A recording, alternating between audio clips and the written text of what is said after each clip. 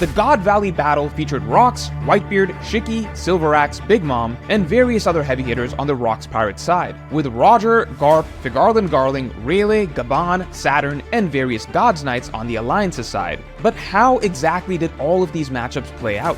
Well, we actually already know how most of the fighters on both sides lined up against each other. Oda has actually been dropping hints as to which legend fought which legend for many arcs now, such that when we line up both rosters, almost every major matchup falls into place shockingly easily. Don't believe me? Well, let's just get into it, and by the end of this video, you'll be more hyped for the God Valley battle than ever before, once you realize how much Oda has actually set up. But first, if you want to get 50% off a full box of meals, then my viewers can get that thanks to Factor, the sponsor of this video. So my personal most hated task at the end of a long day has always been cooking. I want to eat food that I like, but I don't want to do extra work. And for me, cooking has always felt like extra work. And of course, the problem is that if I got fast food all the time, then I would get obese really fast. So Factor has basically been the perfect answer for me. Factor sends me restaurant quality food, prepared by chefs, sent straight to my home, so that I have ready-made meals for the rest of the week. I get a ton of great options from an extremely wide and varied menu that has pasta, chicken, steak, seafood, and more. I recently loved their Parmesan and garlic cream shredded beef.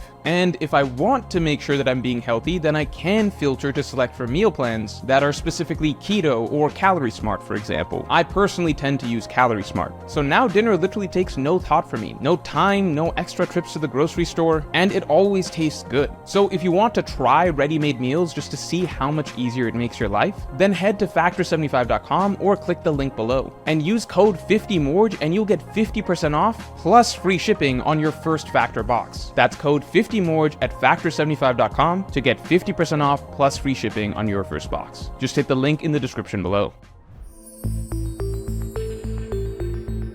So that aside, to begin with, let's quickly break down all the main fighters on both sides of the God Valley conflict. On the one side, we have the Rocks Pirates, with confirmed major powerhouses being Rocks, Whitebeard, Shiki, Silver Axe, Big Mom, potentially Wang Zi, as he went on to succeed Rocks as the new ruler of Pirate Island, potentially Captain John, as he is being given added emphasis as of late, and potentially Kaido, as he is getting stronger year by year as we approach God Valley. On the other side, as established during Kuma's flashback, we have the combined forces of the Roger Pirates, the Marines, and the Celestial Dragons, meaning the confirmed major powerhouses on this side are Roger, Garp, Garling, Rayleigh, Gaban, Saturn, potentially Sommers, who we know has seen Gaban before and therefore may have been at God Valley, and potentially these other Gods Knights shown at God Valley who may be similarly high-level fighters. Looking at these two lineups, the matchups surprisingly all fall into place very easily, based on what we know of the corresponding strength of the individuals of both sides, as well as the context clues and hints that Oda has already given us regarding the details of what happened in God Valley. And as a quick caveat, as I line these matchups into place, I'm not saying that we're actually going to see a bunch of extended 1v1s. It's likely that what we will get at God Valley are panels of clashes, but not necessarily the full extended details of how all of these matchups play out. However, the one fight that I believe would be the exception to that rule is the first fight on our list, the main event.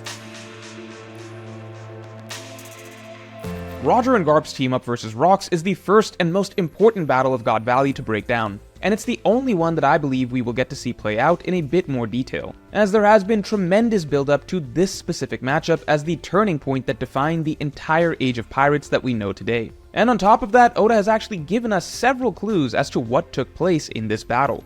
It seems very likely that this battle began with Roger and Garp versus Rocks, and ended with Roger facing Rocks 1v1 and overcoming him, likely reaching the pinnacle of Conqueror's Haki in the process. How do we know all that? Well, to begin with, this entire backstory of the old era is leading to this specific three-way showdown between Rocks, Roger, and Garp. Oda already teased that back when he had Sengoku recount the events of God Valley, with Sengoku specifically framing the retelling around highlighting these three characters, Garp and Roger as the heroes and Rocks as the villain. Even the preview of the God Valley incident showed these three characters specifically fighting, with Roger and Garp on one side and Rocks on the other. Now, of course, the preview doesn't necessarily depict exactly how the battle actually went, but over the course of the Rocks era flashback, Oda has doubled down and made it clear that this story really is defined by this trio specifically. Rocks, Roger, and Garp, these are the three most important names of this era, and we are building up to them being the main focus of the God Valley conclusion. While of course Whitebeard, Kaido, Big Mom, and so on will become defining figures of the sea as well in the future, they are not there yet. Right now, their role is simply to be subordinates to rocks. Meaning Oda is telling us in pretty much every way possible that the primary conflict of the God Valley battle will be the fight between these three figures: the strongest marine, the strongest pirate, and the pirate who dethrones him. The Roger, Garp, Rocks trifecta also parallels the events of the modern day, where each of their descendants made up the destined trio of Ace, Luffy, and Blackbeard, the three figures who each had the potential to become the next Pirate King, with once again Roger and Garp's descendants on the same side against Rox's. Roger and Garp fighting side by side against the same opponent also would explain why Roger trusted Garp so much later on that he would give Garp his child to protect. Finally, the battle against Rocks likely had to be a team-up at least to begin with, as Rocks himself would likely have been too powerful at first for either of them to take on individually, as it's even implied that Roger may have failed against Rocks in some way a year prior to God Valley. However, at some point or another, this 2v1 battle likely transitioned into just Roger vs. Rocks 1v1, as most hints in the narrative point to Roger having come into his own and reaching the pinnacle of Conqueror's Haki during the God Valley battle.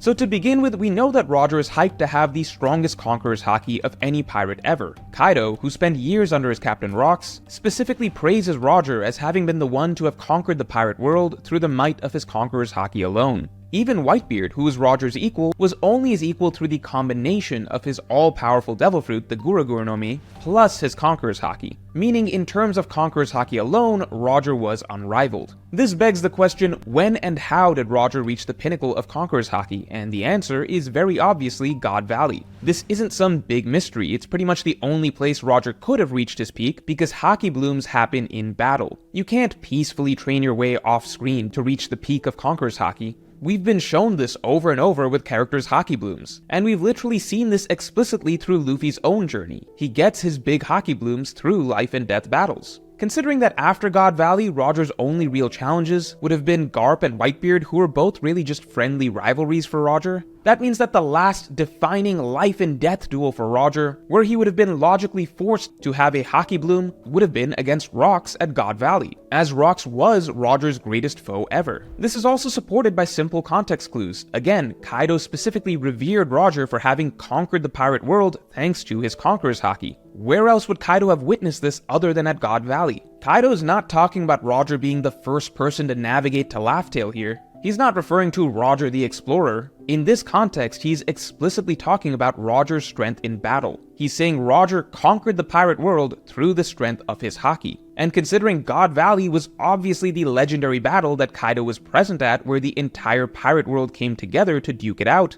it's very likely that Kaido witnessed Roger reach the peak of Conqueror's Haki at God Valley. Similarly, when Garp is talking about how young Ace awakening his Conqueror's Haki in battle is extremely reminiscent of how Roger supposedly turned into an unstoppable demon when his crew was threatened, that also suggests that Garp at some point also saw Roger have some sort of an extreme Haki bloom in the midst of battle. That's why Garp drew the parallel to Ace's situation. It doesn't sound like this was in a matchup between Garp fighting Roger himself, rather it sounds like this was something that Garp witnessed Roger do. Again, all signs would point to this happening at God Valley. The bottom line is we know that Roger must have reached the peak of his Conqueror's Haki ability at some point to become the legendary Prime Roger that we know today. We know that this could only have happened through some sort of extreme life and death duel, as Oda has made clear over and over that that is the only way those sort of Haki blooms can happen. We know God Valley was the most extreme and important battle Roger ever fought in. We know Rocks was Roger's greatest challenge, and we know that after Rocks' defeat, the torch was passed from Rocks to Roger as the top dog of the pirate world. Literally every sign points to that having been the point where Roger had the Haki bloom that made him become Pirate King level as we view him today.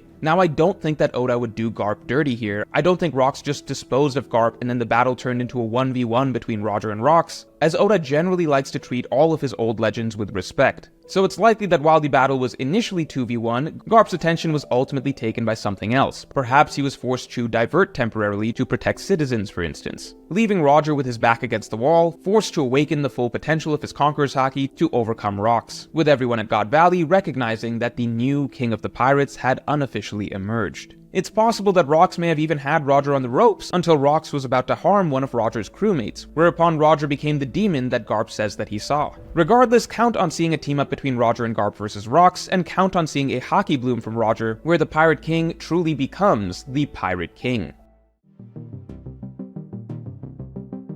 Now with the 3 stars of the era addressed, the next matchup that is likely is Whitebeard versus Garling. This is a matchup that lines up both in terms of the characters' respective strength and standings on their opposing sides, as well as with what Oda has already hinted to us. When Whitebeard first met Shanks, Whitebeard talked about how seeing Shanks' face made Whitebeard's old wound ache. If Shanks' face reminds Whitebeard of someone who scarred him in the past, then that would most likely be Shanks' father, whose face is literally identical to Shanks', and who fought on the opposing side against Whitebeard in the greatest battle of the Age of Pirates. This matchup would also line up in terms of each character's relative standing. Whitebeard was obviously the number 2 strongest on Rox's side. Oda's been making it clear that the Gura Gura no Mi made Whitebeard an exceptional threat even among the many great fighters of the Rox Pirates. And it's established that Whitebeard at the time of God Valley was only 2 years away from reaching his peak, meaning Whitebeard wasn't far off from also being at the same level of strength as Rox, Roger, and Garp. And then on the Alliance's side, the only candidates that make sense for matching Whitebeard at that point would have been Garling or arguably Prime Rayleigh, but the natural inclination would be to lean towards Garling,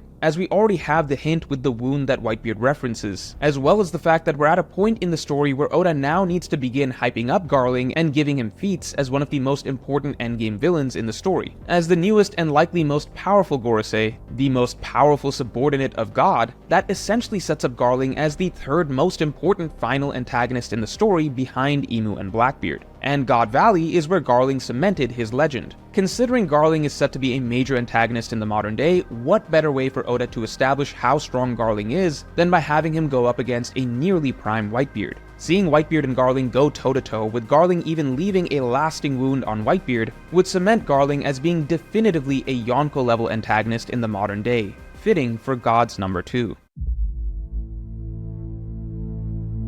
Now the next 2 matchups slot in so neatly that it feels perfectly planned by Oda. Shiki vs Rayleigh and Silver Axe vs Gaban. These are easy natural pairings with swordsman versus swordsman and axe wielder versus axe wielder. And in terms of strength, these are also the natural matchups on both sides, as Rayleigh and Gaban would rank right after Roger, Garp, and Garling, while Shiki and Silver Axe would come right after Rox and Whitebeard. Shiki has so far been portrayed as the number 3 of the Rox Pirates. From the Rox Pirates introduction, it seemed like Shiki was Rox's other wing besides Whitebeard, and Shiki seems to command authority among the Rox crew dynamic. On top of this, the Ace novels established that Roger, Whitebeard, and Shiki ruled the seas after Rox fell, meaning Shiki was definitely stronger than Big Mom and Kaido in this era. And Shiki actually built the strongest pirate fleet in the world in the post-Rox era that would have actually defeated the prime Roger pirates if they hadn't been saved by a freak storm that allowed Roger to escape with a draw. Essentially, Shiki was clearly Yonko level and actually would have been the first established Yonko of the post-Roger era if he hadn't thrown it all away by trying to take on Prime Garp and Prime Sengoku at the same time 2v1. That places Shiki comfortably 3rd on the Rox Pirates, definitely ahead of young Big Mom and young Kaido. And with Silver Axe as Shiki's famed rival, that suggests that Silver Axe would have been number 4 in the crew, though we will get to Silver Axe shortly. Because on the opposing side of Shiki we have Rayleigh. Rayleigh is famous for being Roger's right hand, the Dark King counterpart to Roger's Pirate King. And while Rayleigh has never been established to be quite equal to Roger, Whitebeard, and Garp, it's been made clear that he is not far off, as he's still referred to as a similarly legendary fighter. And in terms of reputation, Rayleigh actually surpasses all of the modern-day Yonko, as even characters from the far corners of East Blue know Rayleigh, despite not knowing any of the Yonko. On top of all this, we've been shown how even the top tiers of today still fear him. All the hype considered, it's pretty much guaranteed that Rayleigh was Yonko level in his prime. Rayleigh truly is meant to be the Dark King, not quite as strong as the Pirate King, but a fitting shadow to his captain, a step just underneath. As such, Oda would probably write Rayleigh fighting someone who was just below that Pirate King level as well, making Shiki the most clear-cut matchup befitting Rayleigh. There are even some signs that point to Rayleigh actually having fought Shiki over Shaki specifically at God Valley, though I explained that in greater detail in my accompanying podcast that just dropped. Now if Rayleigh fights Shiki, then naturally Gaban would fight Silver Axe. Again, beyond the swordsman, axe wielder comparison, the dynamics also parallel one another. Shiki is generally portrayed as the more prominent and notorious pirate and the bigger legend in general, but Silver Axe is famous in his own right for being Shiki's counterpart, and seemingly rivaling him in strength, with Silver Axe likely even believing that he is stronger than Shiki. Rayleigh and Gaban's dynamic is the same. with Rayleigh generally being portrayed as the more prominent and notorious pirate and the bigger legend in general, but Gaban is famous in his own right as Rayleigh's counterpart, the other wing of the Pirate King, and Gaban seemingly rivals Rayleigh in strength, even believing himself to be stronger than Rayleigh. Now after these clear matchups of Roger and Garp vs Rocks, Garling vs Whitebeard, Rayleigh vs Shiki, and Gaban vs Silveraxe, we get to the more speculative matchups. But first, we're doing a huge summer sale where you can buy 2 island posters and get 3 free. That's right, for this month only, you can get 5 island posters for the price of 2. And you even get free shipping on our brand new site, onedreamstudio.com. And now when you put any 5 island posters you like into the cart, 3 of them will automatically be free. And in case you missed it, we have new versions of all the most popular islands, all vividly reimagined, and this month we're even adding in a brand new version of Elbath. So if you've been holding off on getting your island posters, this summer sale is your chance to get them at a major discount. And if you've been waiting to complete your full collection, then now's your chance to get the last few islands that you're missing. Because if you get all the islands, you also get the final exclusive unlockable island, the Moon, sent to you for free. On top of this, all new island poster versions are going out of production after this summer sale. So get your posters while this summer sale lasts by hitting the link in the description below.